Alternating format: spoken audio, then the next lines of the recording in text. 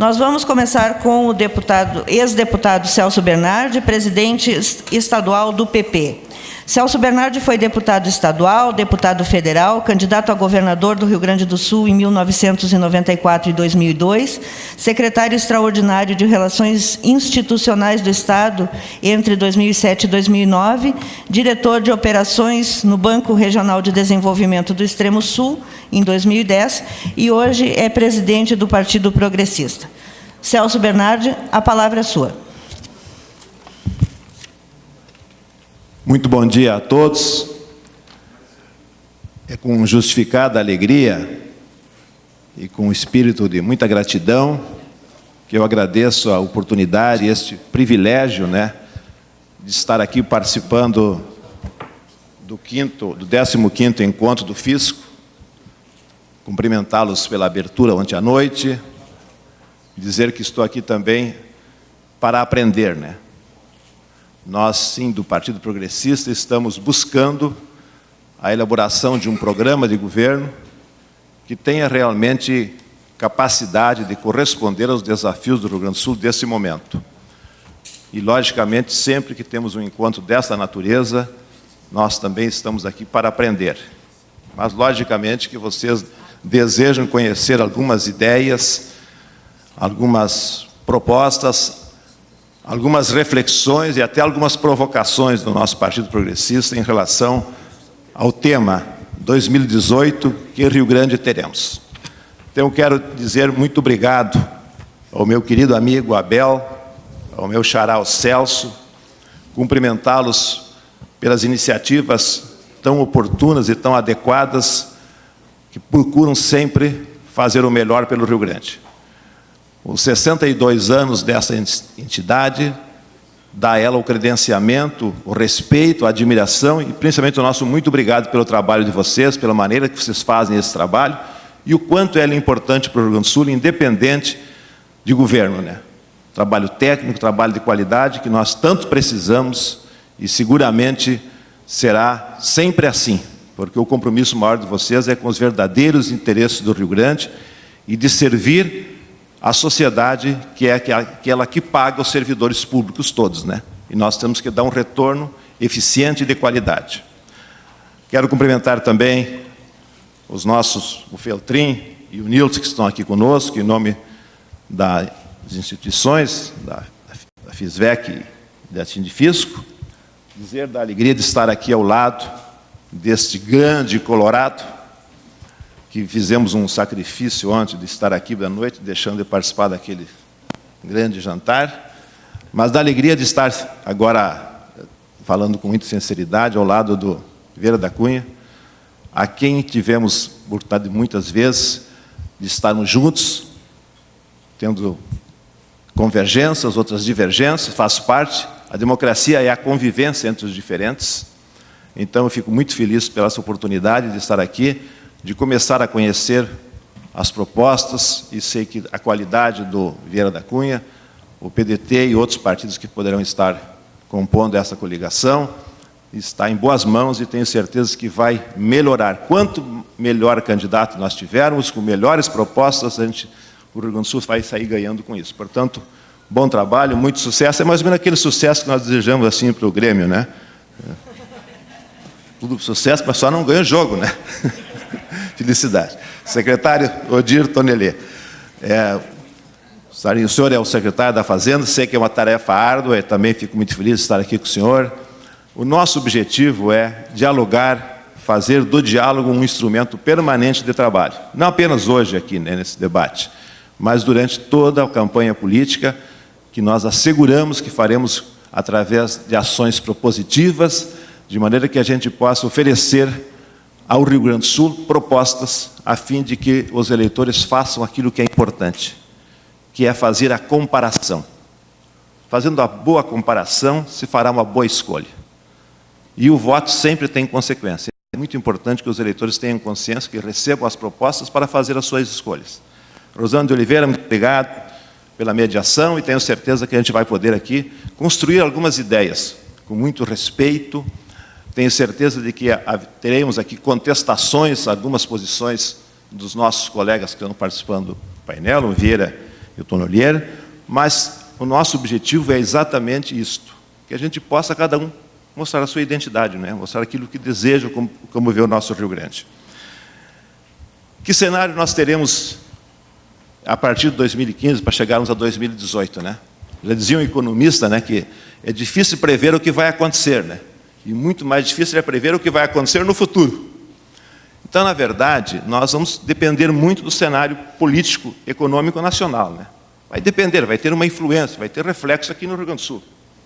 Vamos depender, evidentemente, das eleições de 2014, de quem são os vitoriosos e aqueles que vão assumir no dia 1º de janeiro de 2015. Nós vamos depender disso um pouco para a gente dizer, bom, que Rio Grande teremos em 2018.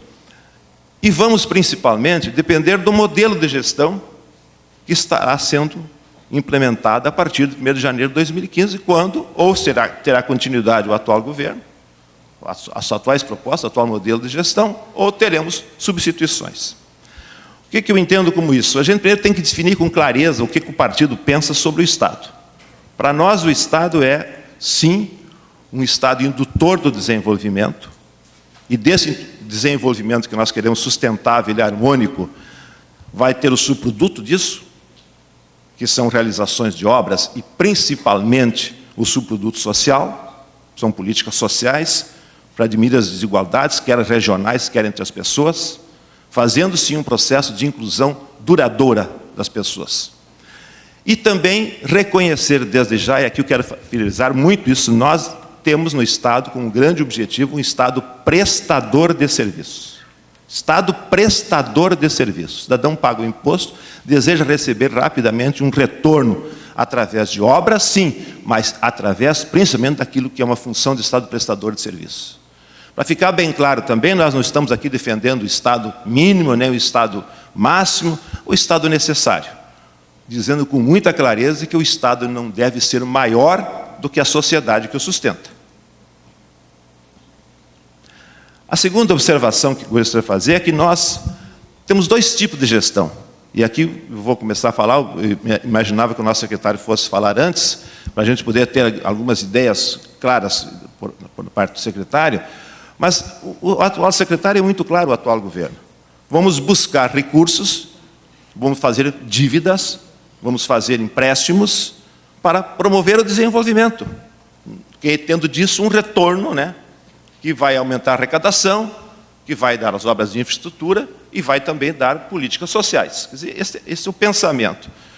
O governo anterior, nós não temos como deixar de desconhecer isso. O governo buscou o equilíbrio das contas públicas, eu poderia chamar, então, de duas posições diferenciadas, um governo mais financista, vamos dizer, do equilíbrio das contas públicas. E eu quero, desde já, deixar muito claro aqui, nós não temos nenhuma vontade de trabalhar com a palavra déficit zero. Nós não temos nenhuma vontade de trabalhar com aquelas expressões, fazer mais com menos. Nós temos certeza que nós vamos fazer mais com os mesmos. Nós vamos, sim, fazer mudanças em algumas questões estruturais do governo, no seu organização administrativa, mas vamos trabalhar com os mesmos, porque nós temos certeza que os mesmos poderão produzir mais, que os mesmos poderão dar um retorno melhor, que podemos fazer mais economia, que podemos aplicar mais recursos visando chegar lá no fim, do que gastar muito nos meios, gastar muito com a administração, e para isso todos serão parceiros. Segunda observação, as estruturas que estão aí, nós não estamos aqui para desfazer nada. Banrisul, Badesul, eu ouvi ontem o secretário João Mota, nós vamos manter isso funcionando e estimulando. E também vamos ser um governo legalista. Aliás, o Partido Progressista será legalista no governo e na oposição, que a gente tem que esclarecer desde logo. Leis, nós vamos cumpri-las. Leis, nós vamos cumpri-las, inclusive aquelas que nós tivemos oportunidade de dizer da nossa manifestação, que envolve, por exemplo, reajustes justos e necessários, ninguém entra nessa parte, que vão se estender até 2018. Nós vamos cumprir leis. O Lenin que dizia assim, acuse os outros daquilo que você é. Nós não vamos cumprir leis, nós seremos legalistas, tanto no governo quanto na oposição. E aqui a oposição está aqui, porque quem nos colocou nessa posição foram as urnas. A mesma urna que elege o governo, elege a oposição. O governo tem que ser eficiente, trabalhar com qualidade, executar as suas propostas. E eu, por isso, quero dizer ao secretário Tonier que nós respeitamos as tomadas de posições e as políticas do governo. Eles legitimamente receberam dos eleitores, no primeiro turno das eleições de 2010, a legitimidade para governar o Rio Grande, fazendo as suas promessas e implementando o seu programa de governo. Então, são legítimas. Agora, o Rio Grande sempre foi um estado que não teve muita vontade de trabalhar com, digamos assim, com os equilíbrios das contas públicas. Nós vivemos, a maioria dos nossos anos, ao longo dos últimos 45 anos, foram de déficit. Chega o final do ano, está o vermelhinho lá. Nesse caso, eu gostaria que tivesse o azul, né?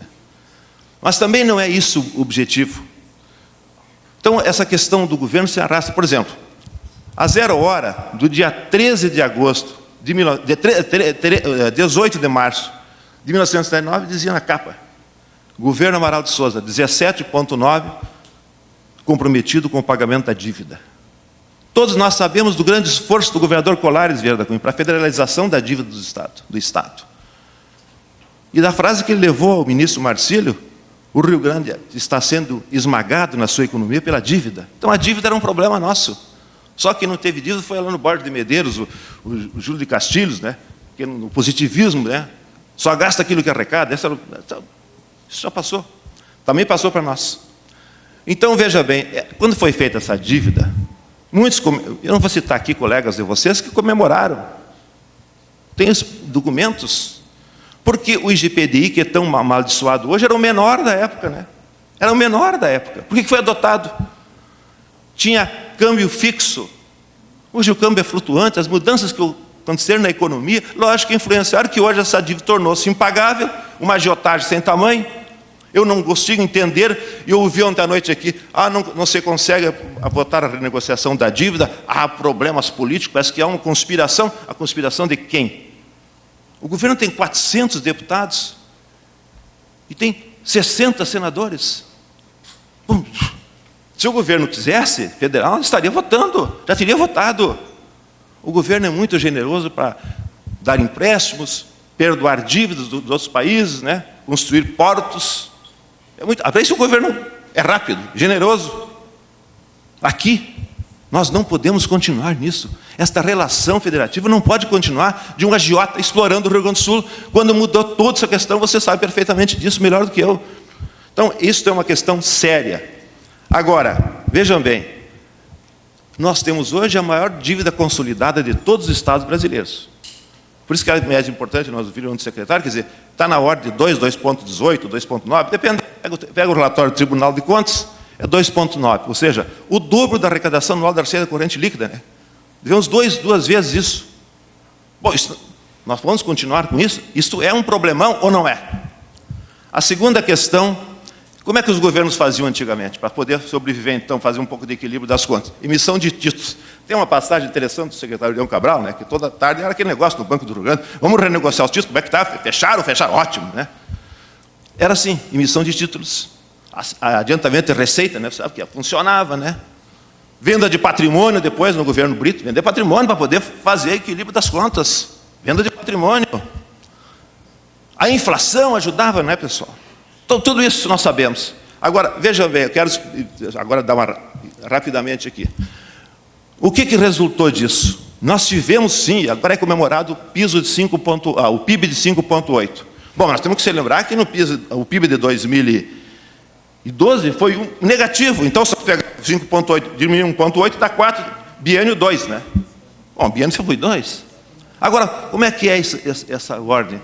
De 1985 até 2012, o PIB do Rio Grande do Sul aumentou 79,7. E o PIB nacional, 104 pontos. Certo? Nós baixamos a nossa participação no PIB, né? De 7,8 para 6,5. Agora deu melhorado. Qual é a razão desse PIB? O agronegócio, a agricultura. Por que pequeno? Porque a agricultura em 2012 teve problema. 12 milhões de toneladas de safra. Influência no PIB, 18%. Agora exatamente o dobro, 39,7%, influência em 2013. E 22 milhões de toneladas de safra. Que bom, boa safra, bons preços, ótimo. Agora, vejam bem, eu gostaria, com todo respeito, e qual é o crescimento, qual é o investimento? 2,5 por aí, 2 e pouco. Eu gostaria de poder ler aqui no Jornal do Rio Grande do Sul o que eu li no dia 31 de março, no Jornal Diário Catarinense. Paial, no norte catarinense, foi o último município que recebeu asfalto. 295 municípios no estado de Santa Catarina estão asfaltados. Estou aqui com a carta que o governador encaminhou para a FAMURS. Dos 104, tenham asfaltado 11, mais 9 em Prujão. Ou seja, faltam 1.514 quilômetros para ser asfaltado só aqui no Rio Grande do Sul.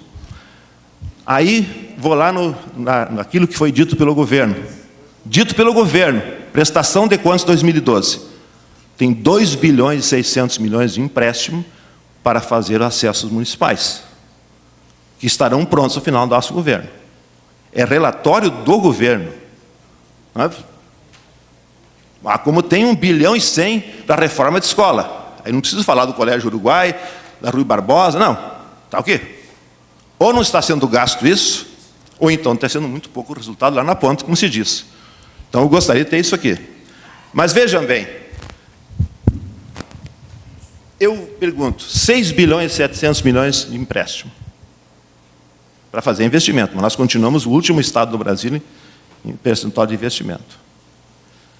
6 bilhões, eu tenho aqui as contas dadas pelo Tribunal de Justiça, do quanto foi sacado lá dos depósitos judiciais. Faço aqui um parênteses. Primeiro o governo, quando não tinha lei, essa foi no governo Brito, que foi feita, apareceu a lei, autorizando o Estado a pegar 85%, foi no governo Olívio, a bancada do meu partido votou a favor do pedido que ele fez para fazer lá. Porque aí vem o problema também do saque do Caixa Único, né? O governo do Olívio e o governo do Tarso somado retiraram 71% do Caixa Único. Os outros governos tiraram menos, consequentemente. Mas 6 bilhões mais de impostos, tem 7 bilhões da dívida, mais os 6 bilhões dos impostos judiciais. Aí eu faço uma pergunta. Como é que ficará? O que aconteceu no Rio Grande do Sul? Aqui eu quero, com todo o respeito, pedir licença a vocês. O que aconteceu no Rio Grande do Sul em 2013? Porque o governador do estado disse, no dia 31 de 12, no site Sul 21, o limite de recursos que o estado tem para investir chega a 10 bilhões. Nos próximos 4 anos, o estado está em condição privilegiada para crescer e as finanças estão sob controle. Se os secretários disseram a vocês que não existem recursos para tocar obras, isso não é verdadeiro. Temos projetos, cronogramas, ações em andamento. O Rio Grande do Sul recuperou-se do ponto de vista orçamentário e financeiro. Vamos cumprir rigorosamente o nosso orçamento. Aqueles investimentos que estão contratados serão feitos tal, tal e tal. Correio do Povo, 31 de 12. Jornal do Comércio, do dia 12 de 9. Sem recursos dos depósitos judiciais, o Estado para. O que disse isso? O vereador Tarso Genro. Quero dizer, meu caro Tonolier, que o senhor está menos na 0 hora do dia 11 de 12, é o seguinte: estamos tendo cuidado de respeitar o laço de 15% que a lei determinou. Se por acaso houver diminuição na conta, vamos repor os valores. Vamos, muito bem. Então foram lá 85% dos depósitos judiciais, chega a 8 bilhões e pouco, foram retirados.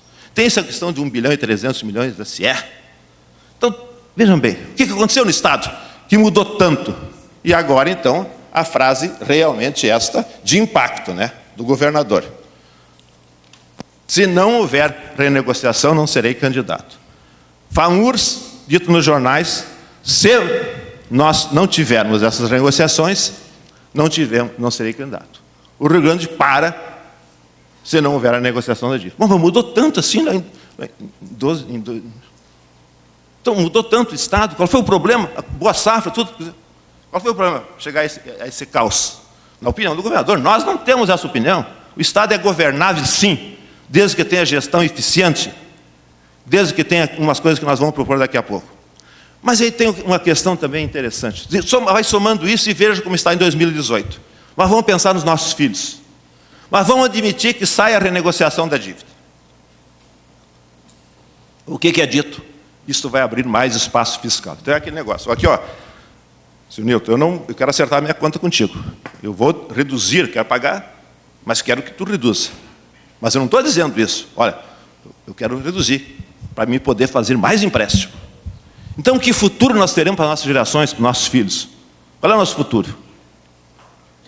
Vamos ficar devendo quanto?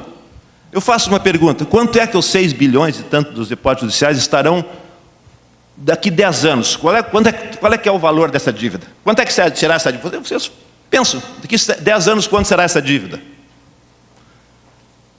E eu pergunto, se o Poder Judiciário, que hoje anda carregando processo de carrinho por lá, resolver digitalizar tudo, fazer eletrônico, fazer rapidamente, e os processos andarem rápido, e o cara sacar o dinheiro, o credor verdadeiro, já que o governo, o banco do Rio Grande apenas tutela essa conta. Se isso agilizar, se começar a agilizar, porque agora, graças a isto, vai devagar, né? O cara ganhou, mas até que termina o processo. Mas se isso melhorar, pessoal. E quero dizer que teve 3 governos, o governo Lívio, Rigoto, que tentaram trabalhar no caminho dessa recuperação, não fazendo mais dívidas. Passo essa menção do governo Lívio. Então, se nós continuarmos assim, vamos fazendo dívida. Vamos fazendo. O futuro vai pagar, vamos deixar o quê para os nossos netos, para os nossos filhos? Então eu quero dizer a vocês com muita clareza, com todo o respeito, que esse modelo de gestão nosso tem que ser questionado, não pelo Celso Bernardi. Eu vejo colegas, podia citar aqui, aquelas pessoas que eu vejo falar sobre isso, que isso é uma operação de risco, deixando dívida, faço dívida, dane-se o futuro. Nós temos compromisso com o futuro. As gerações futuras, eu não tenho o direito de não deixá-las terem escolhas. Qual é a escolha que terão com a dívida enorme que nós já temos? E se não houver a renegociação? E se houver a renegociação, isso é para fazer mais dívida. Vamos fazer investimento? Mas os investimentos estão sendo feitos e o retorno disso, lógico que vamos fazer investimento. E o PIB de 5,8, ninguém diz uma coisa que é muito verdadeira. Vão lá na Farsul, vão na FIE, peguem os dados. Quanto é que o agricultor investiu da porteira para dentro? 3 bilhões e 80 milhões. 3 bilhões e 80 milhões. De compra de equipamentos, irrigação, produtividade aumentada. 3 bilhões e 80 milhões em 2013. O Estado investiu 1.200. Estou sendo otimista aqui nesses dados. Então, tudo bem, é um conjunto que faz o PIB. Não é só o Estado, e também não é só a iniciativa privada. Tem vários elementos que formam esse conjunto. Não vou... Agora, vamos lá. Eu quero falar um pouco de futuro. Primeiro lugar, é governável? Sim. Precisamos ter gestão eficiente, gestão inteligente. Repito, fazer mais com os mesmos, valorizar o servidor público, aproximar o governo do cidadão através de um modelo inteligente de gestão, que o cidadão possa acompanhar dia a dia, hora a hora, a obra que está sendo feita e quanto está sendo gasta. E não acesso apenas limitado ao que desejar. E aqui tenho certeza absoluta, convido os candidatos futuros a gente fazer alguns pactos de convergência. Pacto de convergência, além desses problemas, nós temos mais um problema para citar, que é o problema dos velhos fantasmas nossos, precatórios, 6, 7 bilhões, de déficit previdenciário. Nós temos que fazer algum pacto de convergência, alguma coisa nós vamos fazer juntos. Ótima notícia, uma notícia que a gente tem 2 minutos, tem 10 minutos ainda. 9 agora. Vocês têm paciência, né? Mas não é obrigado a usar. Então, um pacto de convergência sobre algumas questões, que os candidatos, antes das eleições, possam dizer: a minha bancada na Assembleia estará comprometida em votar com o governo se fizer uma proposta sobre previdência. Nós temos que pensar grande, pessoal. Chega de pensar pequeno. Chega de ficar, com todo respeito, discutindo anos e anos o pedágio. Se não tivermos outra solução, vamos pegar o pedágio do governo federal, que já nós achamos bem melhor do que muitas coisas que estão por aí. Chega de porranço ideológico, não querer implementar no Rio Grande do Sul as parcerias público-privadas. Chega! Nós vamos sim introduzir. Se tivéssemos feito isso, a ARS já estaria em obras, pelo mínimo. Mas chega desse... As parcerias público-privadas deu uma necessidade. As concessões, o governo federal demorou um pouco, mas resolveu fazê-las. Porque se nós não temos recursos para fazer boa educação, saúde, segurança, e o que nós queremos dizer? Nós teremos que ter uma gestão eficiente.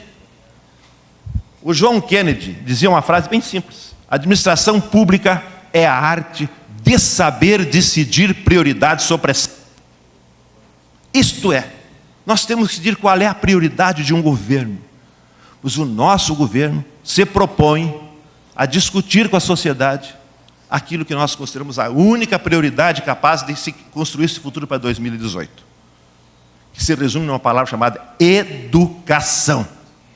Educação. Cujos subprodutos vão lá para a segurança, para a saúde. Educação. A educação é o único caminho para o futuro. Como é que está a educação do Rio Grande do Sul e do Brasil? Porque a prioridade de um governo não se ouve, não se faz no discurso, se faz lá no orçamento, quando a gente vai olhar o que está sendo a dotação. Nós tivemos, infelizmente, porque a educação não é a preparação para a vida, a educação é a própria vida. Ou nós fazemos um grande programa com a universidade, um projeto estratégico para o Rio Grande do Sul, pensando grande, e se faz educação, dando prioridade para isso, colocando os recursos necessários, principalmente para a educação fundamental, que é aí que se faz o caráter e se forma realmente. Chega do cara ficar decoreba, dizia o Montaigne, que realmente a educação, a criança não vai para a escola, ela não é um vaso que se enche. Na escola é uma luz que se acende, uma vela que se acende. Hoje nós temos o decoreba, olha os últimos resultados do ranking internacional, só baixamos, porque aí é o seguinte, bom, ninguém substitui o professor. Não tem tablet, não tem internet, essas coisas todas que agora... Um governo do meu partido, de Campo Grande, ali na Folha de São Paulo de ontem, comprou 1.600.000.000, ele gastou, em compra de dicionário espanhol. Não tem nenhuma escola em Campo Grande municipal que tem espanhol. Está sendo caçado, por sinal. Mas estou fazendo as nossas meia-culpas também. Não adianta ficar aqui. Eu não estou aqui para dizer que o governo... Tem programas bons no governo atual, que nós vamos continuar, se Deus quiser. Dou exemplo do microcrédito, dou exemplo de política para a agricultura familiar. Não tem dúvida nenhuma. Temos que ter pactos de convergência. Agora, temos que investir em educação. O foco terá que ser esse. O governo, aqui a economia, essas coisas, a gente não sabe como, muitas vezes a gente não tem um manejo completo. Você sabe melhor que eu, às vezes o cara está pensando e há uma mudança. A educação é que estimula a economia. Este é o grande erro do Brasil. Agora, há pouco tempo eu vi uma pessoa dizer assim, a educação, o dinheiro não dá em árvore. Não dá em árvore, evidente que não, né? Mas se a gente investir em educação, não vamos esperar sobrar dinheiro para investir em educação. Nós temos que investir em educação para produzir mais dinheiro, que é o único caminho. Ou será que a Alemanha e o Japão nos ensinaram essa lição? Vejam bem, aqui, quando nós tínhamos 36% dos recursos em educação, e veio diminuindo também no governo passado, não é pensar que eu estou achando que é esse governo até deu uma recuperada em saúde e educação, não vou negar isso. Agora, como é que os jovens ficam ricos? Onde é que são os mais jovens, mais ricos do mundo? Quem busca o conhecimento? É conhecimento. Não investir em educação é preferir pagar o sinistro do que investir no seguro, né? Vamos pagar a conta depois. Então nós vamos investir maciçamente em educação. Não é no fronte financeiro, com todo respeito, não é, porque aquela história do poeta, né, quer dizer, do rio. Eu vejo esse negócio das escolas, eu fico, vai descendo a água e não volta mais, né? Certo? O dia perdido no aluno, perdeu-se um dia, e não se recupera, vamos recuperar. A Escola Uruguai, no centro do Parque Comunista de Evento, está com 22 dias para recuperação, mas nós conhecemos bem como é que funciona isso. Aí vocês vão dizer, mas e como é que fica esse negócio? Bom, fica uma coisa assustadora. Além de todos aqueles problemas, aqui estão calculados ano a ano. Ano a ano. A diferença entre o que é o piso, que não fui eu que inventei, sou contra piso nacional. O Estado tem que ter autonomia para essas coisas, fizeram uma lei. Foram para o Supremo, então, acho que estabelece o horário de trabalho e tudo, né? Bom, é mais uma coisa da nossa federação que é um arremedo, né? Aqui está, ano a ano, começando em 2011, que é alguns meses. Qual é a diferença entre o do piso salarial do magistério com o que foi pago? 8.217.807 até o final de 2014. Essa é a diferença. Se nós estamos preocupados com a Lei Brito, que foi 13 bilhões e pouco, essa é 8 sem juros, sem correção. 8 bilhões. Então, eu quero dizer o seguinte, o que nós queremos mesmo em 2018? Posso querer muita coisa, que o Inter seja campeão do mundo, tal, tudo. Mas eu quero dizer o seguinte, que num governo que valoriza a educação, eu quero ter os pais dizendo, eu estou feliz porque minha filha ou meu filho escolheram o magistério e vão voltar a ser professores. E eu quero os professores na sala de aula com brilho nos olhos novamente. Nós temos que atrair, nós temos que ter políticas atrativas para o professor se orgulhar de ser professor. Hoje a escola, infelizmente, é essa tensão permanente.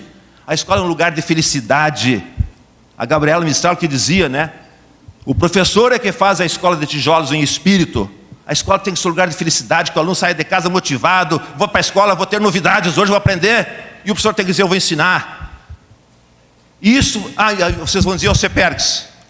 O CEPERGS está fazendo o papel dele. Aliás, nos últimos anos não tem governo bom para o CEPERGS. Nem os que eles elegem, nada. Mas tem uma coisa que também nós temos que reconhecer. A gestão está longe da escola e do professor. Longe da escola e do professor. Por que a escola privada funciona bem? Porque o gestor está junto. Por que a escola municipal funciona melhor do que a estadual? Porque o gestor está mais próximo. Nós temos que... O CEPERGS ocupa exatamente a distância, longe da escola do professor com o gestor. Nós temos que aproximar o gestor da escola. Círculo de pais e mestres, convênios com os municípios. Nós precisamos recuperar. Quer dizer, a valorização do professor é a única forma de construção de um futuro melhor. Nós precisamos ter recursos para investir em educação, porque isso vai gerar economia na segurança, na saúde, pessoal. Este é o caminho que nós estamos propondo com toda a sinceridade. Quer dizer, os maiores medos hoje é da morte e de não poder acompanhar, tempo esgotado, não acompanhar. Então eu digo aqui o seguinte, nós queremos trazer uma carreira atrativa do professor, queremos fazer da educação a ponto futuro, a nossa prioridade, e queremos pensar grande.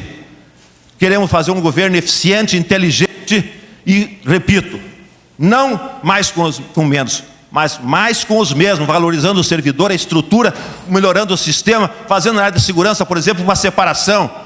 Se vamos fazer algumas mudanças nas secretarias, nós vamos separar segurança. Segurança vai cuidar de segurança e ser cobrada por segurança, que é a primeira das liberdades. Se não temos segurança, nós não temos liberdade. E penitenciários, uma outra secretaria para cuidar do sistema penitenciário, que é outro grande problema do Rio Grande.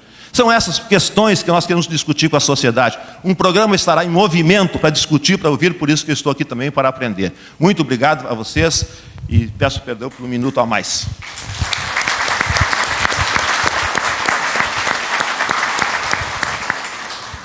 Muito obrigada, presidente do PP, Celso Bernardi. O senhor estourou só um minuto, a gente tem isso na conta aqui. Eu quero deixar, no fim, um espacinho para que o nosso relator possa fazer a amarração das ideias dos senhores aqui. E agora convido o secretário da Fazenda, Odir Tonnolier, para falar pelos próximos 30 minutos.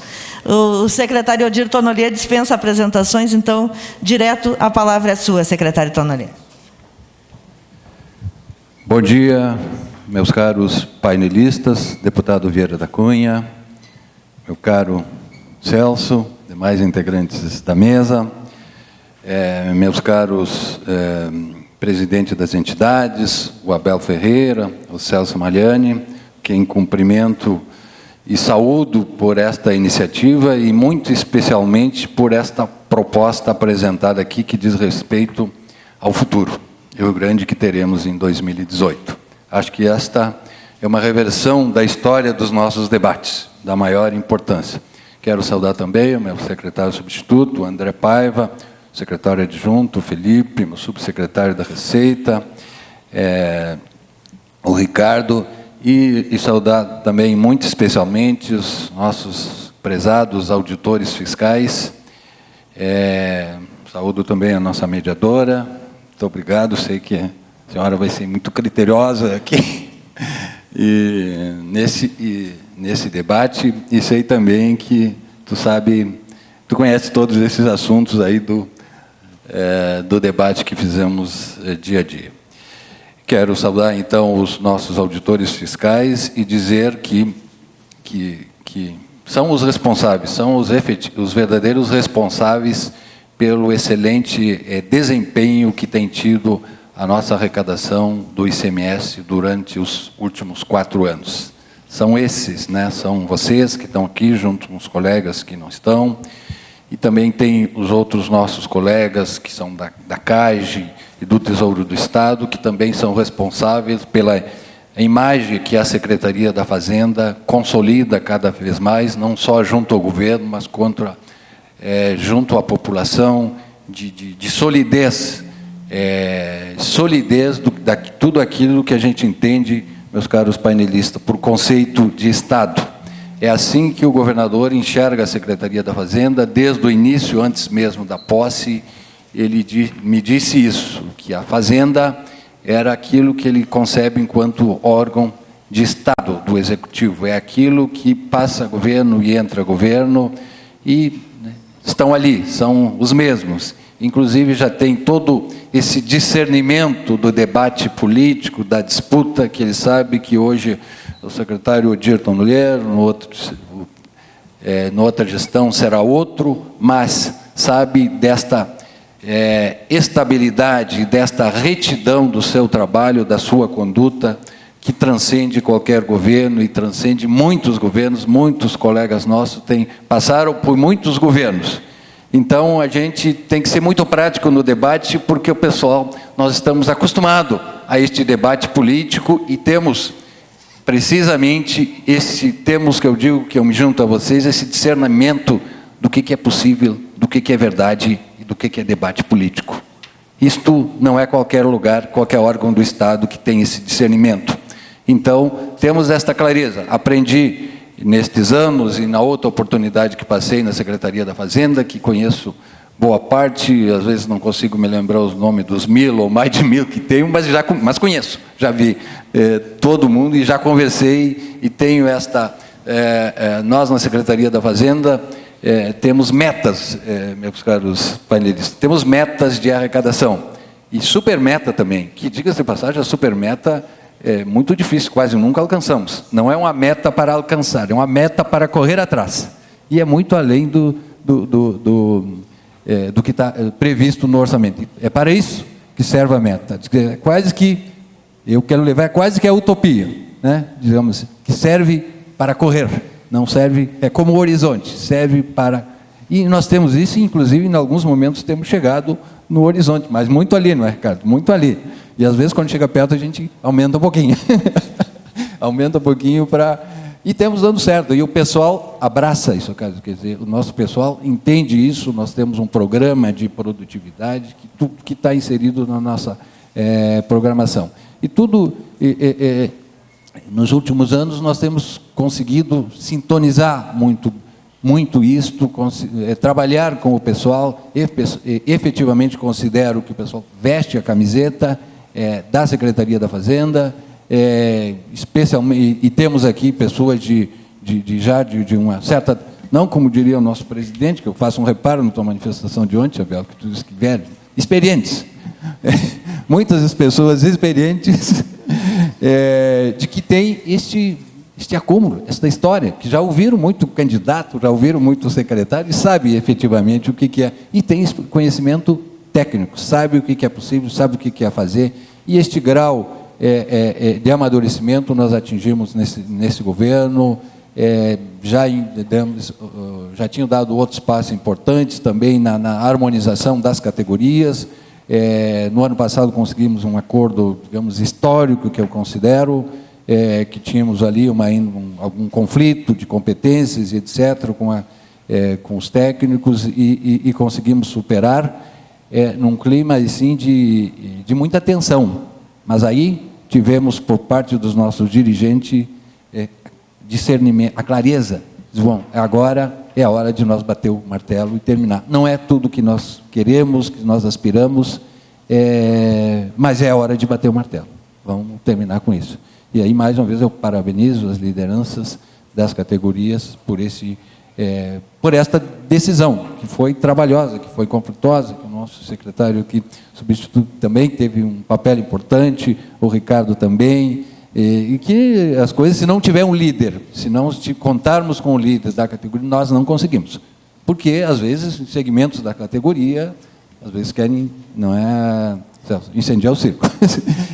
Mas aí tem a liderança, tem a liderança que diz, olha, se acalma, agora nós temos um ponto médio aqui, nós temos o interesse do Estado, e é aí que nós queremos chegar.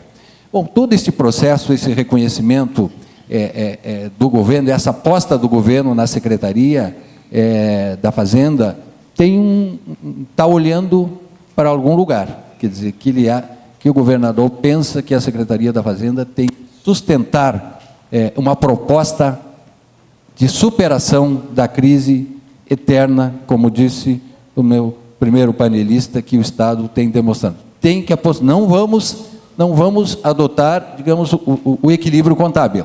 Isso não nos adianta, um processo de encolhimento. Nós temos que apostar num Estado que tenha a capacidade de crescer, de aumentar. E é por aí, cada vez mais, que nós teremos que pular de patamar de arrecadação e sustentar aquilo que é necessário para que o Estado saia deste patamar e que volte a ser um Estado na ponta da federação, Caro Vieira da Cunha, que já foi, historicamente, foi um Estado de qualidade de vida, de educação, quase tudo. Aqui o Estado era o melhor do país, em quase tudo. Não lembro de algum indicador social que o Estado ficasse eventualmente atrás. Acontece que nos últimos anos o Estado já tem perdido posições, alguns estados têm nos superado, e isto é preocupante. Aqui, muitas vezes, nós nos perdemos no debate sobre o passado, quem é o culpado. E esta é a proposta que o governador apresenta e quer trabalhar nesse contexto. Ontem mesmo ele falou aqui em transição, falando inclusive mais do que se propõem as entidades aqui, o que Estado que teremos em 2018, eles, olha, nós temos que Estado que nós teremos em 2027, mas que não será em 2026 que nós temos que tomar as providências, nós temos que tomar as providências já, a partir de agora. Então, nesse primeiro passo, muito bem colocado, muito bem captado por este encontro, esta coisa de apostar no futuro, efetivamente, e isto, meu caro Celso Bernardi, isso é quase um pacto político que o senhor propõe. Vamos ver quem é que tem a meia proposta para o futuro, e nem quem é que melhor analisa o passado, que isso não vai nos adiantar nada, porque o passado já passou. Nesse sentido, eu acho que isso aqui é da maior importância, e o governador olha para a Secretaria da Fazenda e apostou, inclusive se desgastou politicamente por muitos projetos, muitas leis que teve que aprovar e que teve que mandar para a Assembleia, porque sempre a Fazenda é muito fácil, com discursos demagógicos, bater na Fazenda, porque tem outro patamar de salários, e justamente, nós não, aqui, todo o país, a Secretaria da Fazenda tem um patamar pelas suas atribuições e pelas suas obrigações, patamar salarial, senão o pessoal faz concurso, vem aqui, e daqui a pouco vai embora, que diga-se, já acontece. Diferente até do passado, hoje, o Brasil inteiro faz concurso para qualquer lugar. E o pessoal que entra novo aqui, nós perdemos considerável fatia, porque ele foi para um outro órgão, ou os órgãos da carreira jurídica, ou mesmo outras secretarias da Fazenda. Então, não tem esse discurso demagógico de que o salário da Fazenda é o pico, ganha muito, não sei quantas vezes mais que o professor, e etc., porque aqui nós temos um mundo que é também de competição de salário. Nós precisamos manter os melhores quadros aqui. E, nesse sentido, que o governador apostou no prestígio desde dos primeiros meses do governo, e com uma certa, inclusive, cobrança da Fazenda, do sentido, olha, tudo isso aí. Nós aprovamos a incorporação lá do produtividade, do prêmio do PPE, chamado aqui, que era uma parcela variável do salário, que estava ficando maior que o dito principal, e foi um desgaste. Pareceu que aquilo foi um aumento de 200% do salário da Fazenda, que não era nada disso, só trocou de rubrica. E, evidentemente, que aqueles que tinham mais tempo de serviço, menos tempo de serviço, tiveram algum ganho, mas nada significativo. Se olharmos a tabela dos crescimentos salariais, a Fazenda é um dos que menos cresceu. Não tem isso. Bom, mas esta aposta do governo se deu porque o governo disse, me disse para mim, olha, nós vamos arriscar. Algum grau de risco nós vamos arriscar, porque senão nós não vamos sair do lugar e não vamos apresentar para a sociedade nenhuma perspectiva de nada. Nós vamos aqui ficar 4 anos pagando a folha, em dia, se puder, talvez até não dê, mas nós sem nenhuma possibilidade de apresentar para a sociedade uma perspectiva diferente. E algumas questões por exemplo, o salário dos professores. O salário dos professores, lá em 2010, janeiro de 2010, por 20 horas era R$400. Tudo bem, 40 horas é 800, mas é 800. Também não é lá um grande salário. E com o aumento que os salários têm em 2014, os professores vão ganhar, um professor vai ganhar 40 horas, R$1.600. Isto com um aumento dito que foi um super aumento, maior aumento da história que os professores ganharam nesse patamar de inflação. Isto é o mínimo que o governador disse, eu, pelo menos, preciso dar 50% de aumento real para os professores. Evidentemente que são 160 mil professores que têm um impacto terrível na folha. E assim os brigadianos, que ganhavam lá no início do governo, aí por os 40 horas, R$ 1.100. R$ 1.100. Vocês imaginam. Nós vamos chegar em dezembro de 2014 com 2.400, que não é também um grande salário para um soldado com essa obrigação que tem, com a característica desse período de agitação social nesse sentido, que nós precisamos um policiamento, né, disciplinado e satisfeito, para dar conta, né, deste período de fortes manifestações sociais, e especialmente no ano da Copa. Bom, tudo isso, meu caro Celso Bernardo, já lhe respondendo em parte, isso tem um preço. Aí o governador diz, olha, nós vamos ter que buscar os recursos, porque isso nós vamos ter que sustentar. Sem isso, não adianta que nós ficar com o magistério parado 6 meses e frustrado. Isso porque é um baque na educação. Nós não tivemos nenhuma greve substancial, nós não tivemos na prática a greve do magistério. Encerraram na história de governos do Rio Grande do Sul. E vocês imaginem uma greve como já teve um movimento social forte na segurança pública. Tudo isso foi necessário, e isto tem um custo que estava muito além daquele patamar de arrecadação. Nós damos conta na Fazenda de grande parte para isso, de grande parte destes recursos. Nós tivemos, o ano passado, um aumento de 6% real. Outra história que eu costumo contar também, de que lá em 2011, que o governador disse, olha, nós precisamos superar o aumento que teve em 2010, que era o recorde da história do Rio Grande do Sul. Eu disse para ele, olha, governador, nós estamos num patamar muito alto, eu não posso garantir que nós vamos superar a arrecadação de ICMS de 2010. E porque foi um recorde, até por alteração da legislação normativa e tal, e que superou todo o restante da história do Rio Grande do Sul, pois nós não só batemos aquele recorde em 2011, em 11 e 12, e também batemos, e assim sucessivamente, a cada ano nós batemos. Isto não é por acaso, isto tem que ter normalidade do trabalho dentro da Secretaria da Fazenda, tem que ter reconhecimento do governo, tem que ter tranquilidade, tem que ter bem-estar pessoal das pessoas, satisfação pessoal, enfim, de cada pessoa, porque é assim que a gente é mais feliz e produz mais, tem uma boa convivência dentro da Secretaria. Isso foi uma aposta do governo. Alguém pode dizer que o governo provocou um déficit terrível, um déficit, ou tirou dinheiro dos depósitos judiciais. Ora, tem campanhas severas pela defesa dos depósitos, para que não se toque nos depósitos judiciais. Olha, os depósitos judiciais têm um montante lá de 8 bilhões, a quem serve os depósitos judiciais depositados no banco e parado?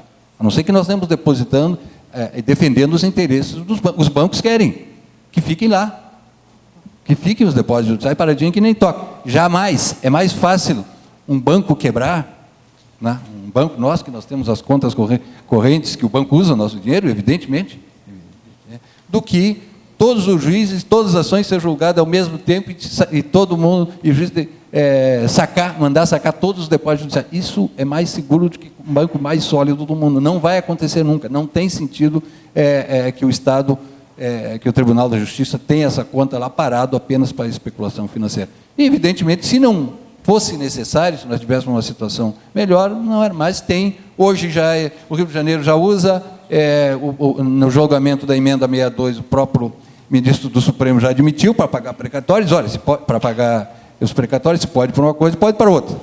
Então, foi essa uma opção, um recurso que nós efetivamente precisávamos, e nós usamos sim. É uma dívida. Nós temos que pagar, mas é uma dívida que está ao nosso alcance, e nós temos, até que nós consigamos, com força própria, ser capaz de atender todas essas novas obrigações. Quer dizer, o professor ganhava R$400. Não é possível conviver um Estado dar conta da educação por 20 horas ganhando R$400. Para dar conta disso, nós precisamos nos adiantar e pagar um pouco mais para superar isto aí. E nesse sentido, a Fazenda tem esse papel importante, que evidentemente nós em 4 anos não resolvemos tudo. A Secretaria da Fazenda não pode dar conta desse milagre, mas fizemos questões importantes que o governo se desgastou. Cito um exemplo, quer dizer, quando nós defendemos e aprovamos uma lei ali num regime especial chamado devedores contumazes, com um trabalho profundo e minucioso de cada delegacia que tem no interior da nossa Receita, de olha, nós não vamos poder cobrar 35 bilhões, mas nós vamos eleger 1.000, que são os mais contumazes. Olha, nós aprovamos já com sacrifício politicamente na Assembleia, e no Tribunal de Justiça foi uma outra batalha que nós tivemos que visitar, né, desembargador a desembargador, para convencê-lo, porque lá também os advogados tributaristas também têm o trabalho contra nós. E nós fizemos isso, um trabalho minucioso, e ganhamos. Me lembro de um último argumento do mais resistente, um desembargador, que aí me passou água mineral, uma determinada marca ali, digo, olha, desembargador, esta água mineral aqui é de um devedor contumaz. Provavelmente ele ganhou a licitação aqui porque ele não paga tributo. Pô, esse simples argumento que eu tive a sorte de ter na hora, reverteu todos os argumentos do desembargador, quase que botou as mãos na cabeça. Pois é, mas um assunto bem prático, né? Uma conhecida fornecedor de água mineral, para ver como é, e da importância desse instrumento. Alguém foi no Supremo, mas agora já ganhamos. Um outro instrumento da maior importância, tudo isso nos dá respaldo para a Secretaria da Fazenda fazer o seu trabalho. Um outro também que nós, a duras penas, nós conseguimos aprovar recentemente, é o arrolamento dos bens dos devedores. Nós vamos lá, evidentemente que o empresário sabe que a fiscalização foi lá, às vezes nem precisa ir lá, hoje com as nossas modernas tecnologias, nós nem precisa ir lá, a gente já sabe que o cara está sonegando. Ninguém entrou aqui com a pasta, mas já sabe. E que é o arrolamento dos bens. Olha, nós vamos, nesse momento, teus bens não estão penhorados definitivamente, mas nós vamos ver, neste momento, que bens que essa sua empresa, o senhor tem. E vamos arrolar esses bens para não acontecer o que... Por que essa dívida é 35 bilhões? Porque nesse longo curso de cobrança entre administrativa e judicial, eles dão um jeito de se desfazer dos bens, se vender os bens, e aí quando chega lá 10 anos depois, que a nossa Procuradoria com muita competência, mas é o que se consegue, ele já não tem mais bem para cobrar. Então agora, com este, que também foi duro de aprovar, fizemos 2 tentativas, e na primeira não deu certo, na segunda deu, que nós vamos monitorar. Olha, essa empresa tinha este rol de bens aqui, e nesse curso desfez, quer dizer, mais uma caracterização de um outro crime, não é que seja proibido. A empresa tem que comunicar, olha, preciso vender este imóvel, não uso mais. Então comunica a Secretaria da Fazenda, se ela tiver irregularidade dentro do seu processo, nós vamos liberar, ou vamos substituir por outro, não tem esse problema. Então tudo isto foi com muito sacrifício político que o governo fez, e que não é por acaso que nunca tinha feito. Nós nunca tínhamos regulamentado a questão dos devedores contumazes. Está lá, eu acho que no Código Tributário, né? Mas estava aqui no Rio Grande do Sul meio esquecido. Ninguém fez isto. Nós fizemos neste governo. Então, tudo isso tem um sentido. O arrolamento de bens também é uma figura da legislação tributária possível, mas nós nunca tínhamos feito aqui no Rio Grande do Sul. Nós, neste período, fizemos isso. É uma aprovação de uma lei, provavelmente vai ser questionado. O governador ainda fez isso antes. Nós também diminuímos uma instância na cobrança administrativa. Se o judiciário já é demorado, agora nós, no administrativo, nós temos que agilizar. Então, tinha milhares de processos ali que ficavam de uma instância e outra, nós atalhamos. Olha, uma instância administrativa, isso aqui nós nem vamos mandar para o TAV, vai direto para a Justiça e pronto, diminui o tempo da Justiça. Nós temos que dialogar com a Justiça também para que dê agilidade. Tudo isso dá sustentação.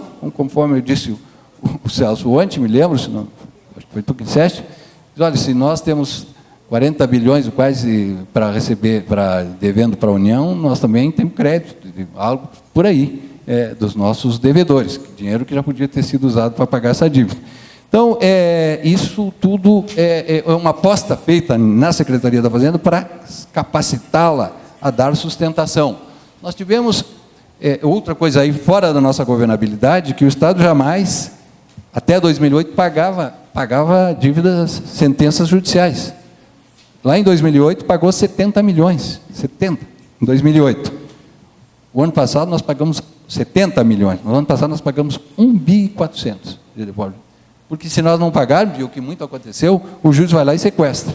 Tira dinheiro do caixa, a gente não fica nem sabendo para pagar quem e qual é o lugar que ele estava na fila. Simplesmente o juiz vai lá e sequestra. Então, tudo isso, deputado Vieira, tudo isso é da Lei Brito. Lei Brito que, se hoje é 13, ela já foi 10. E com as correções, eu acredito que é chegada a 15 bilhões. A partir do governo da IEDA, ela incorporou no salário, então foi diminuindo. Mas o que tinha ficado para trás, nós estamos pagando agora. Encaixou exatamente no governo Tarso Genro toda essa dívida da Lei Brito, que é o que nós estamos fazendo agora. Nós tivemos também, assim como o salário do professor, o salário do brigadiano, o Estado estava em último lugar no ranking de gastos com saúde. Olha, nós tivemos que dobrar os gastos com saúde a partir de 2010. Nós tivemos em 2010 um gasto com saúde de 1 bi e 400, pois o ano passado nós gastamos 2 bi e 800. 2 bi e 800. Isto, inclusive, primeiro, com a disposição política, nós achamos que é justo. E segundo, porque é uma obrigação constitucional da emenda 29, que finalmente foi regulamentada, que, ao meu ver, nem precisava ter sido, porque a emenda constitucional é clara, tem que gastar 12% com saúde e pronto. Mas é que os estados não tinham condições e ficam... A lei é de 2000, se não me engano, né? 2000, a emenda 29, e só agora, em 2013, nós chegamos a esse patamar ainda um pouco transitório. Então, esta é a concepção que nós enxergamos para a Secretaria da Fazenda, que o governo enxerga para a Secretaria da Fazenda, para capacitá-lo a esta proposta, não só de um Estado capaz de dar conta dessas obrigações públicas, obrigações com a população, né, a partir desses itens que eu falei, que é saúde, que é o salário do professor, do brigadiano, o gasto com saúde, mas também prepararam para um novo patamar de desenvolvimento. Novo patamar de desenvolvimento. E aí nós precisamos articulação com organismos nacionais e internacionais para trazer recursos para cá, para o Rio Grande do Sul, porque um dos fatores que nos atrasa o desenvolvimento, que nos deixa atrás no ranking de investimentos privados, é que a nossa infraestrutura, que há muitos anos, Celso, nós não temos investimento aqui com pedágio ou sem pedágio em infraestrutura. Então, não tem, por causa da dívida, porque o Estado não tinha nem capacidade de endividamento para investir nessa infraestrutura, e assim ia levando a vida, no máximo pagando as contas, e às vezes até numa tentativa de fazer os gastos públicos chegar num nível da receita. Quer dizer, nós achamos que nós temos que fazer a receita chegar no mínimo necessário. Quer dizer, o nosso equilíbrio é equilíbrio, efetivamente, a partir de justiça e de necessidades sociais para capacitar o Estado para o crescimento econômico. Teremos uma fase de transição difícil, uma fase de transição que o governador já disse ontem aqui, que é uma transição bastante difícil, porque nós já elevamos efetivamente o patamar da despesa, que não foi com gastos desnecessários, o custeio da máquina ou qualquer coisa do gênero, assim dita, mal administrado. É o salário do professor, Celso, é o salário do brigadiano, é o gasto com saúde. Onde é que está a má gerência? Nós podemos demitir a metade dos professores, a metade dos brigadianos, ou gastar 6% com a saúde? Nós podemos, isto sim, na sua discussão, melhorar a qualidade de saúde com esse dinheiro, mas diminuir o dinheiro nós não temos condições para fazer. Neste nosso governo, nós tivemos também aí, se por um lado nós tivemos a Lei Brito, que encaixou exatamente nos nossos 4 anos, por outro lado, nós chegamos a um patamar de ter algum nível de captação de recursos, que nós chegamos aí, não 6 bilhões, mas 4.400 bilhões, que nós podemos captar para fazer investimentos na infraestrutura. E isto é um diferencial. Isto é um diferencial.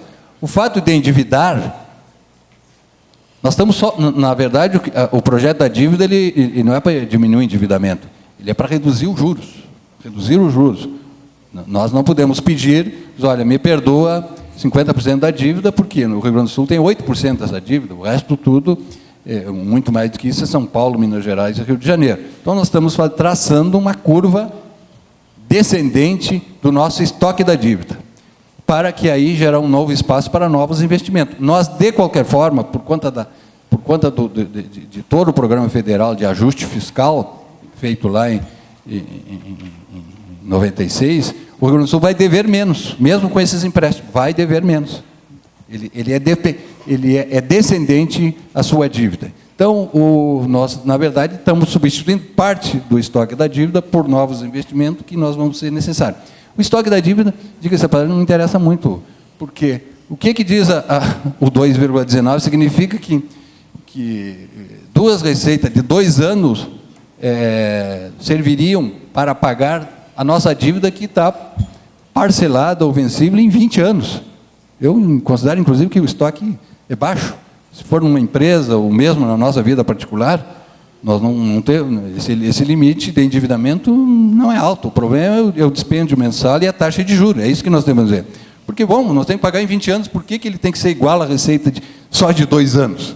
Olha, nós precisamos. Não tem empresa, não tem prefeitura, não tem mesmo cidadão que faça investimento de grande porte, que viva sem operações de crédito. Nós precisamos, para apostar no crescimento, uma antecipação de recursos, para que estes investimentos voltem em recursos que nos capacite a pagar as operações de crédito através do incentivo ao crescimento. Talvez, no passado, estas operações de crédito, essas emissões de títulos, não tenham sido apostadas em desenvolvimento, em infraestrutura. Talvez, certamente, foi esse o problema, foi em gastos correntes. Aí é um erro sério, porque aí nós gastamos com o dia a dia a emissão de títulos e aí, efetivamente, não foi essa aposta de vamos investir em infraestrutura para aumentar o crescimento e aumentar a receita.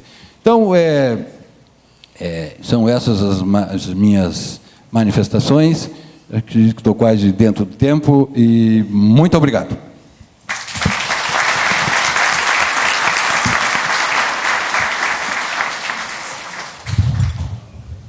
Obrigada, secretário Odir Tonnolier.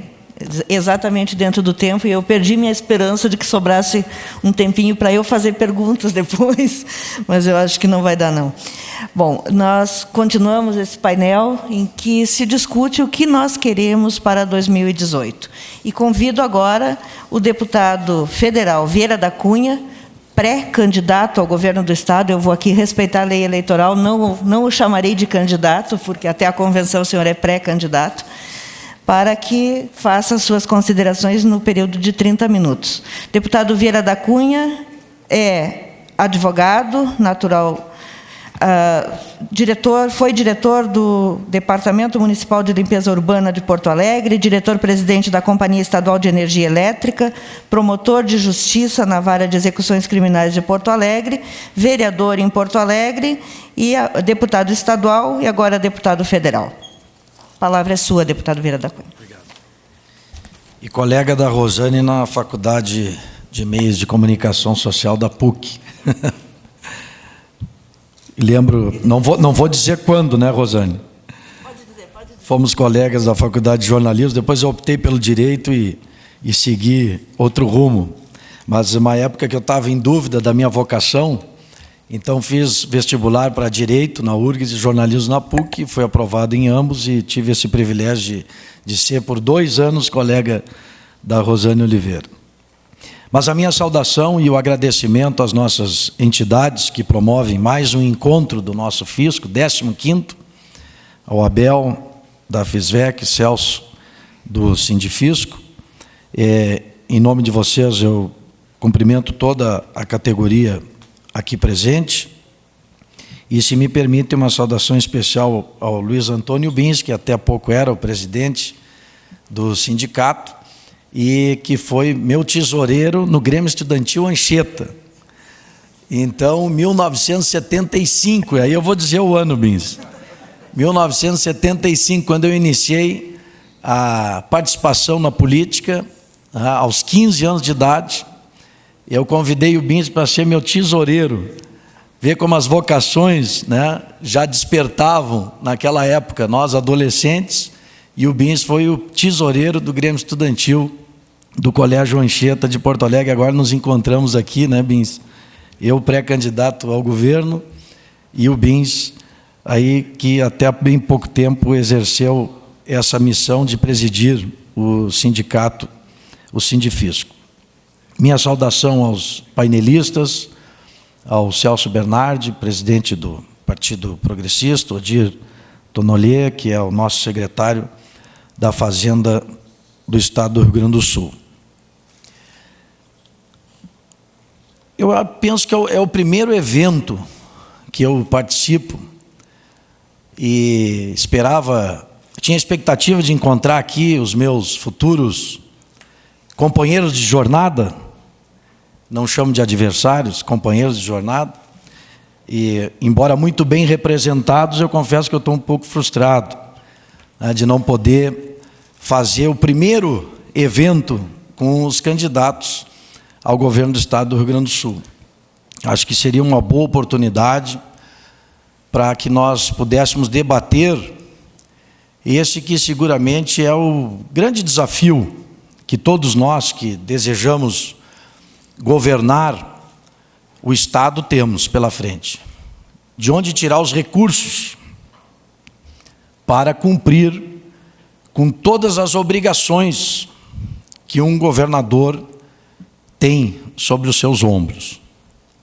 Aqui foi dito pelo Celso, e muito bem dito, da questão da prioridade da educação. Fico até com a esperança de ter o voto dele, né? Tão apaixonado que ele é pela causa da educação. E vocês todos sabem que essa é a nossa bandeira, né? Está no DNA do PDT, do trabalhismo. O Brizola gostava de me dizer, Celso, Vieira, eu vou me inscrever no Guinness Book, ele dizia. Eu digo, governador, vou. E dizia com orgulho, eu duvido que um governador tenha construído tantas escolas como eu construí quando governei o Rio Grande do Sul. E sabe que foi com emoção que eu visitei uma delas agora, faz questão de 2 semanas, em Barra Funda.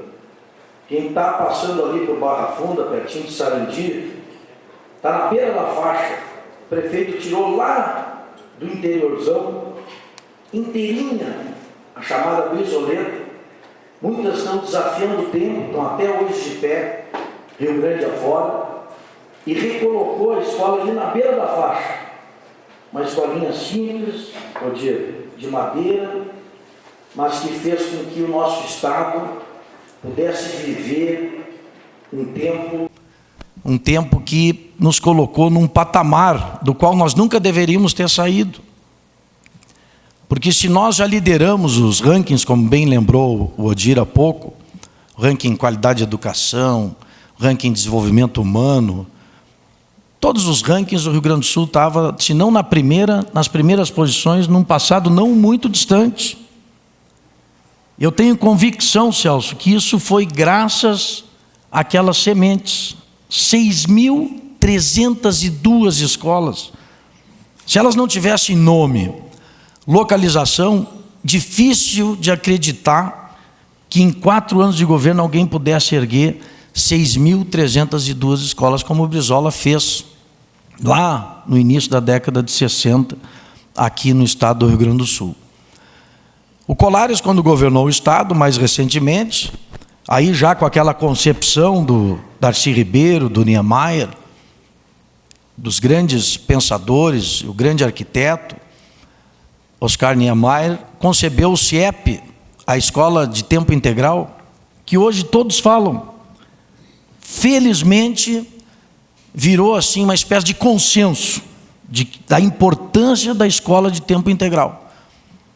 Pois o mesmo Brizola, que ergueu aqui 6.302 na década de 60, na década de 90, na década de 80, aliás, quando se elegeu governador do estado do Rio de Janeiro, implantou o CIEP, que é essa escola revolucionária que tira a criança, especialmente aquelas que estão em situações de vulnerabilidade social, marginalizadas, em ambientes onde a drogadição, onde o crime organizado toma conta, pois essa escola, ela tira a criança desse ambiente, do caminho do crime, e faz com que ela fique ali o dia todo na escola, recebendo a formação que vai fazê-la cidadão no futuro, ou cidadã no futuro.